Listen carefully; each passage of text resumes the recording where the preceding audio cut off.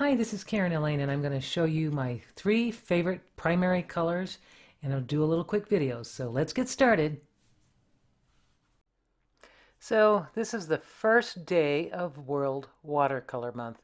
How exciting, and I really think that the organizer of this really just is doing a great job of promoting watercolor in our country.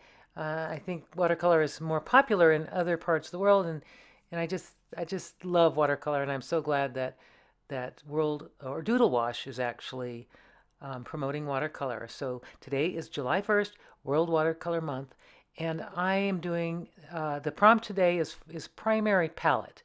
And the first thing that came to my mind was my favorite 3 colors of all time, and that is in acrylics and watercolors. I've been using these probably for as long as I can remember.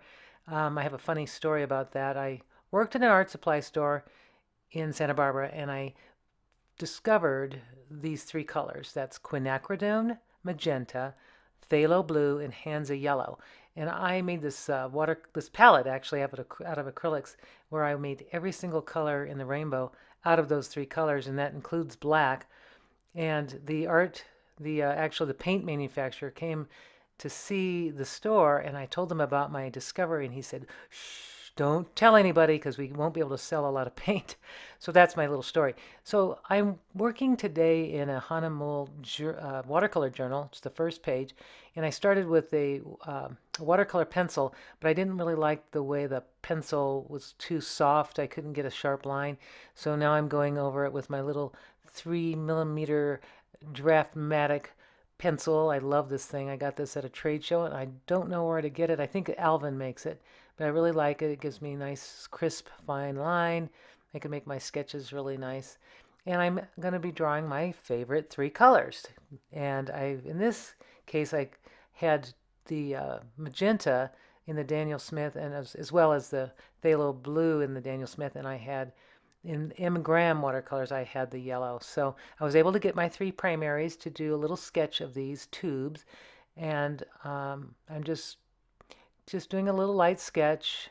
And actually, I'm not really going to care too much. It's not really precise, actually. I'm kind of doing this kind of quick, trying to be quick about it, and because I just want to get to painting, actually. But just try to get the rough sketch. And I really like this paper so far because it's a cold press, but it's not too rough. It's not too smooth. It feels nice, and I like this kind of a square format. And I also like the idea that when I do a landscape, I can have more of a landscape. So this is kind of fun to work with, and it's the first time I've tried it. So I'm almost done with my sketch. And now what I'm going to do is I'm going to use the 3 colors, my primaries, and I'm not going to use any other color in this watercolor. So you'll see the only thing I didn't do today is I didn't mix a pure red. And I can mix a pure red by mixing a little, about basically half and half of the quinacridone magenta with the yellow, and I can get a beautiful, brilliant red. But in this case, since I'm just going to do the magenta straight out of the tube, and I get of course, a nice magenta. And I just fill in all the little parts, and I noticed that it was a little bit dry in the beginning. I forgot that water is the most important thing in watercolor. So if you don't have enough water, you'll get it just doesn't work very well. I like the way the watercolors sort of blend together if you have enough water, and if you don't, it just isn't very exciting. I also I like the lifting quality of this because I was able to pull out a light area because I had gone too dark, but with the tissue I was able to pull it out, and that was really nice. In this one, I'm not really doing a lot of layering because this is a really, really quick sketch. I'm not glazing much. I'm just kind of hoping that I get the true color straight out of the tube in only one layer. But normally I'd start really light, and then I would start to add my darkness, my dark layers as I go. But in this one, I just kind of wanted to talk about these 3 colors because they are my go-to colors on a palette. That includes acrylics and watercolors. I don't work in oils, but I would think these pigments are also available in oils. So I'm now making a gray out of the 3 colors. I basically kind of equal amounts of of the blue, magenta, and the yellow, and I'm able to make a nice shadow gray. And if I just add a little more blue, I'll get a cooler, and if I add a little more magenta, I'll get a warmer. So, it's just a balancing act of how you mix these. But I don't have any other color on my palette but those three. And you can see I could mix nice greens. I could mix, now I'm mixing a black, and well, it kind of looks black. It's really dark, and if I find it's a little too blue, then I'll just put a little more yellow and red. Or if it's a little too red, I'll add a little more blue and yellow. Just a balancing act of the three primaries. I call them kind of my new primaries. It reminds me of an inkjet, because inkjets, as you know, it's like a quinacridone, I guess a primary cyan, magenta, and yellow, and that's exactly what this is in a watercolor form. So I'm getting a nice neutral gray out of this, and the heavier I put it on, or the more dense, less water, I will have a nice almost black. And of course, if I glaze and I do several layers, the light will stop coming through the white paper, and I will have a dense black. But I won't have mud, which is a really nice thing about these colors. These virtually, they can make any color you want, but it doesn't come out muddy.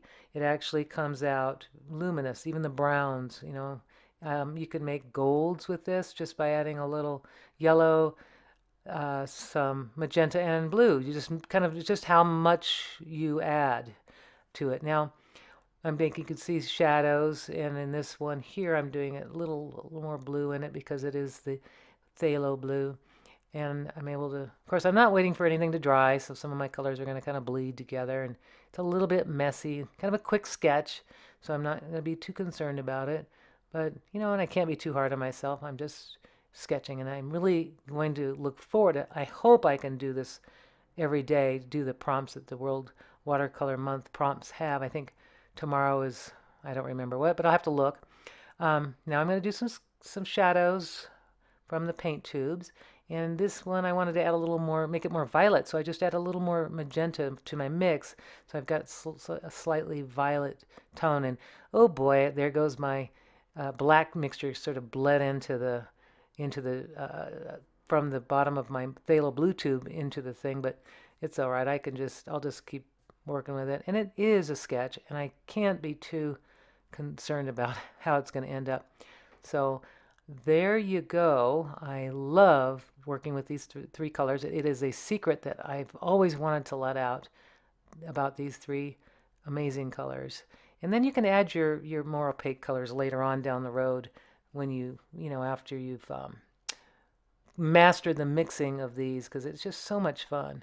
So I hope you enjoyed this quick tutorial on mixing with the three magical transparent quinacridone magenta, and this is a Daniel Smith, and a phthalo blue. In this case, it was phthalo blue red shade, and Hansa yellow from M. Graham. But any brand, any high quality watercolor or acrylic will give you wonderful, luminous color results, and you will just have so much fun mixing your colors. So I hope you enjoyed this. Please subscribe to my channel for lots of fun art tutorials and tips, and I look forward to creating with you very soon. Have a wonderful day.